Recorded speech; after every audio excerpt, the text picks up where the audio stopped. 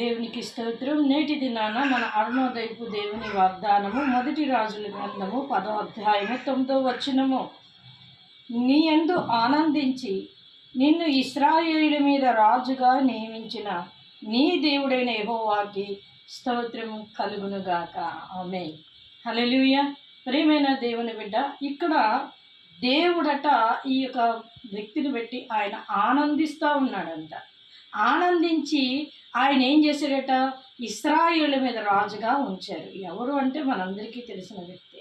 కనుక ఈరోజు ఆయన నీకు ఇస్తున్న వాగ్దానము, ఆయన నీ యందు నువ్వు చేస్తున్న సేవను బట్టి, పరిచర్యను బట్టి, నీ విశ్వాసాన్ని బట్టి ఆయన నీ యందు ఆనందించి అనేక మందిని నీ చేతికి అప్పగించబోతా ఉన్నాడు.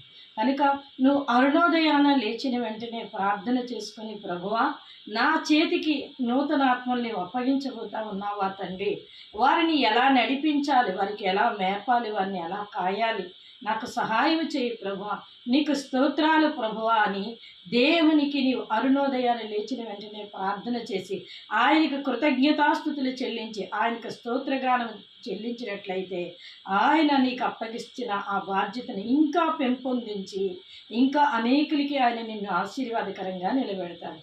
కనుక ఆయన నీ యందు ఆనందించి ఇశ్రాయేలు మీద రాజుగా నియమించిన దేవునికి స్తోత్రం కలుగునుగాక.